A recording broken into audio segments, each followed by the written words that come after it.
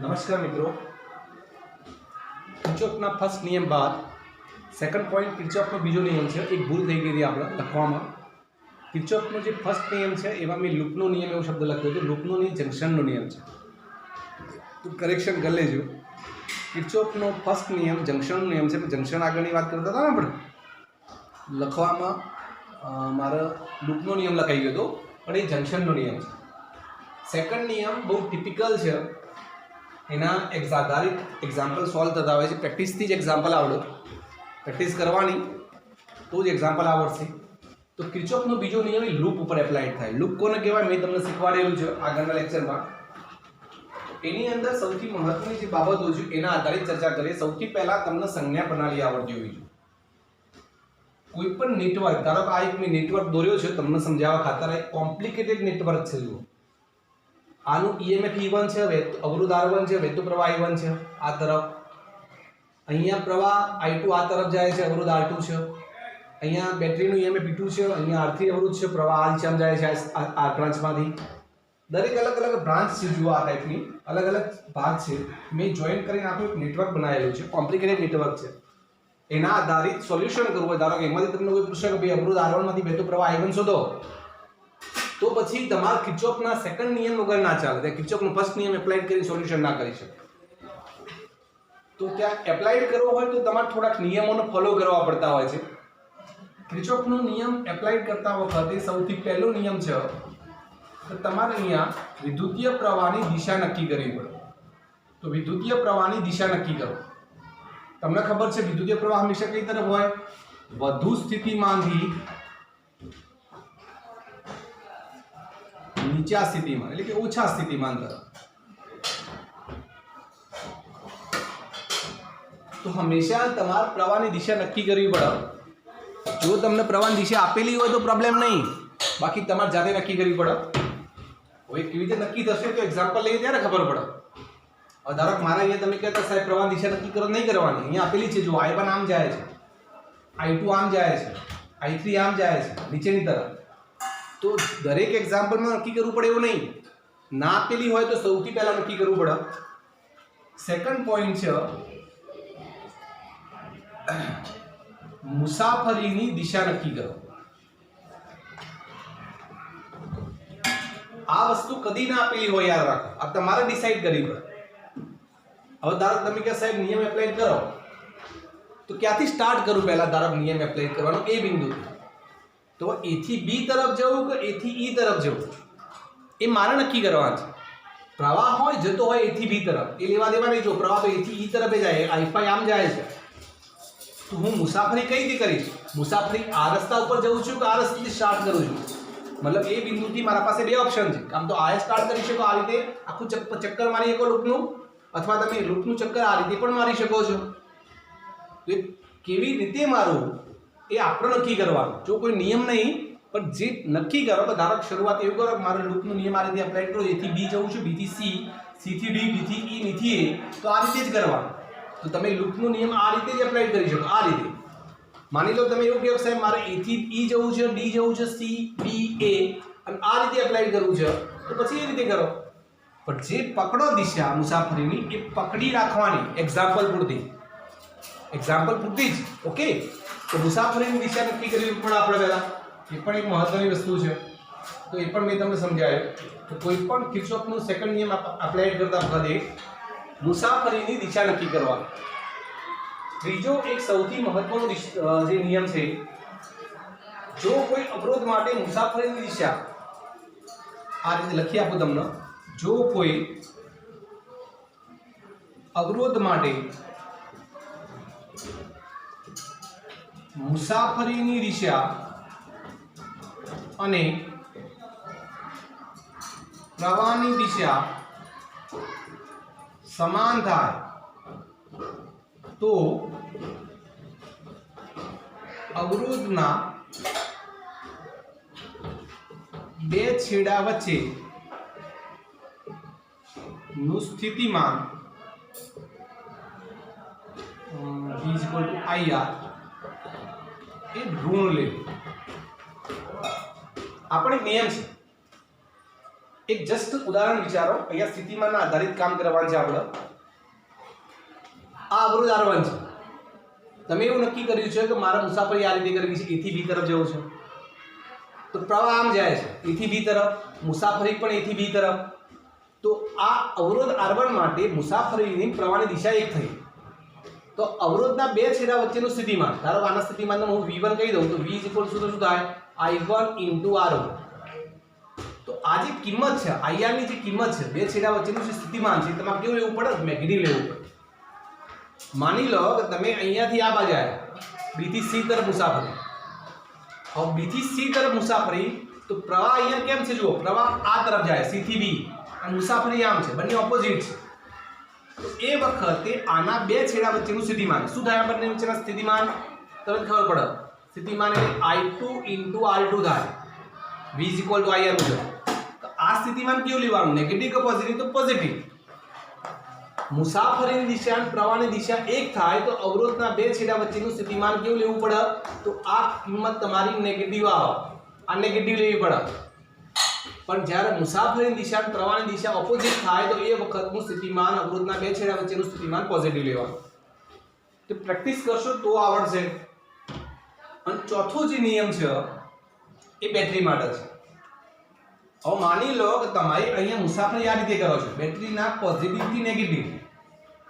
તો તમે પોઝિટિવ થી નેગેટિવ તરફ જતા હોય, બેટરીના ધન ધ્રુવથી ઋણ ધ્રુવ તરફ જતા હોય, તો તમારું બેટરીનું EMF ઋણ લેવાનું. જો બેટરીના ધન ધ્રુવથી ઋણ ધ્રુવ તરફ મુસાફરીની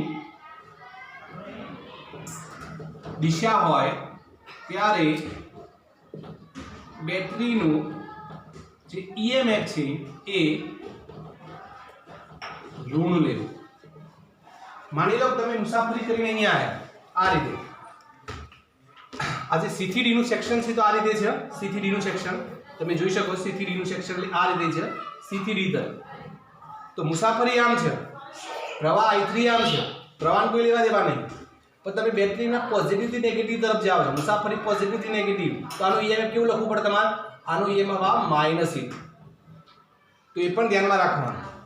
આ ચાર નિયમો છે જેને ફોલો કરશો તો તમે કિર્ચોફનો સેકન્ડ નિયમ એપ્લાય કરી શકશો, લૂપનો નિયમ.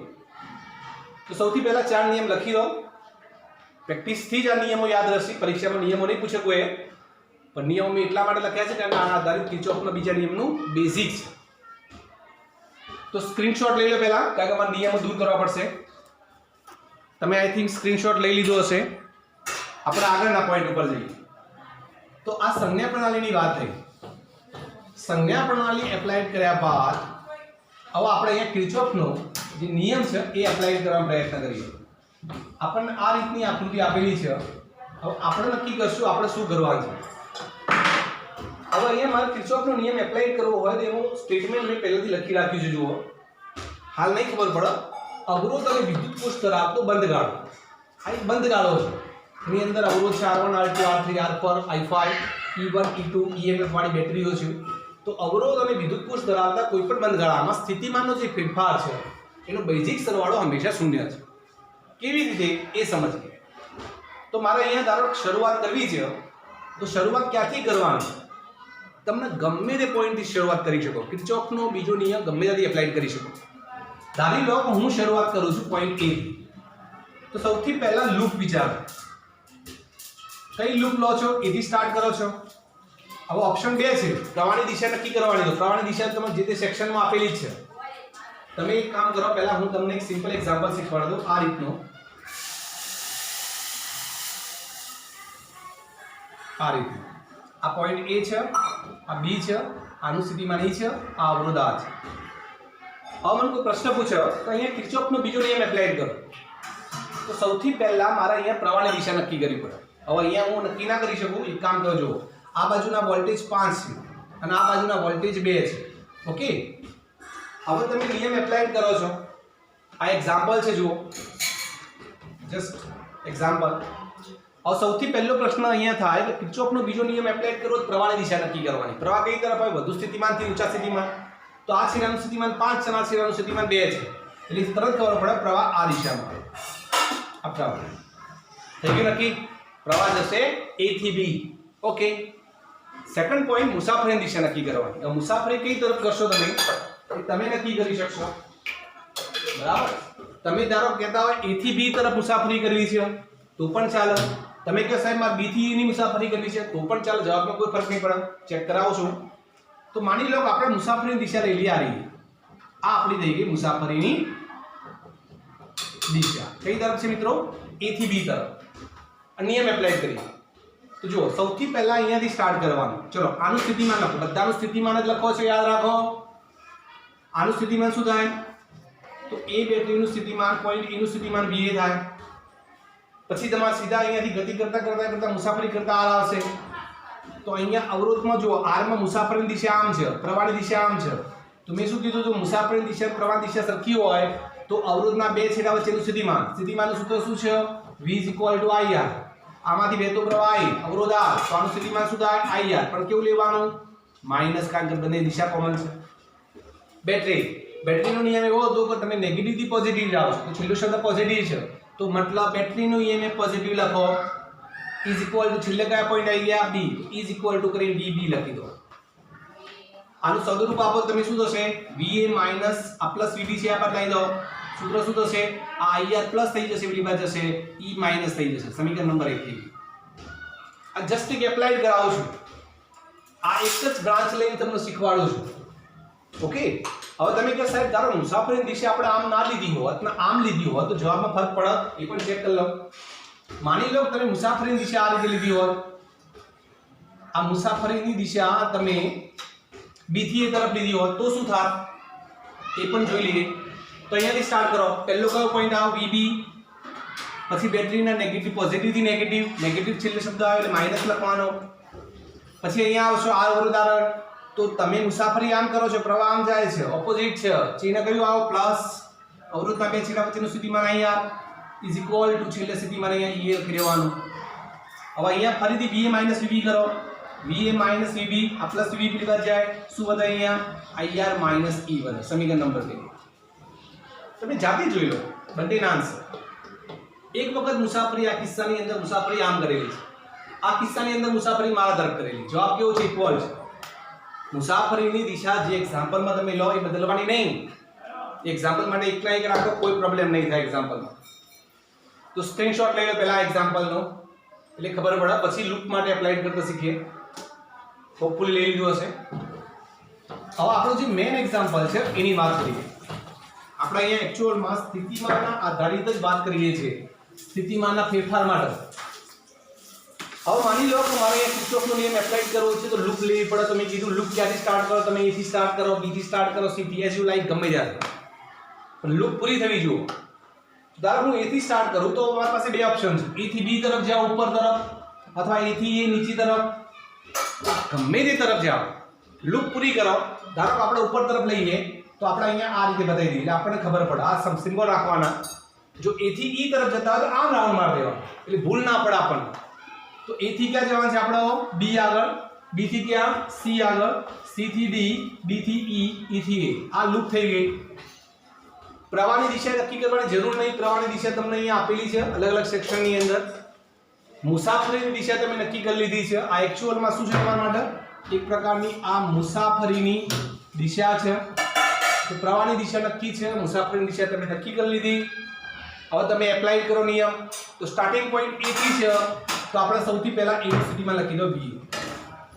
તો અહીંયા સ્થિતિમાન V થઈ ગયું. હવે તમે સૌથી પહેલા અહીંયા જુઓ, તમે R1 આગળ આવશો તો તમે પ્રવાહ આમ છે, તમારી મુસાફરીની દિશા આમ છે. તો પ્રવાહ અને મુસાફરીની દિશા એક છે તો R1 ના બે છેડા વચ્ચેનું સ્થિતિમાન કેવું લખવું પડે? નેગેટિવ. ઓકે. I1 R1. બેટરીના પોઝિટિવ માંથી નેગેટિવ જાઓ છો, નેગેટિવ હોય એટલે છેલ્લો શબ્દ નેગેટિવ E1. પછી B આગળ આવે. પણ જંક્શન છે. હવે આ બંને વચ્ચે કોઈ કનેક્શન નહીં, વચ્ચે કોઈ અવરોધ નહીં, એટલે કે જંક્શનનો પોઈન્ટ નહીં લખવાનો, આનું સ્થિતિમાન 0 જ હોય. બરાબર. એટલે તમે સીધા ક્યાં જતા રહેશો? R2 આગળ. હવે R2 ના બે છેડા માટે વિચારો. તમારી મુસાફરી આમ છે, વિદ્યુતીય પ્રવાહ ઓપોઝિટ છે એટલે ખબર પડે પ્લસ આવો.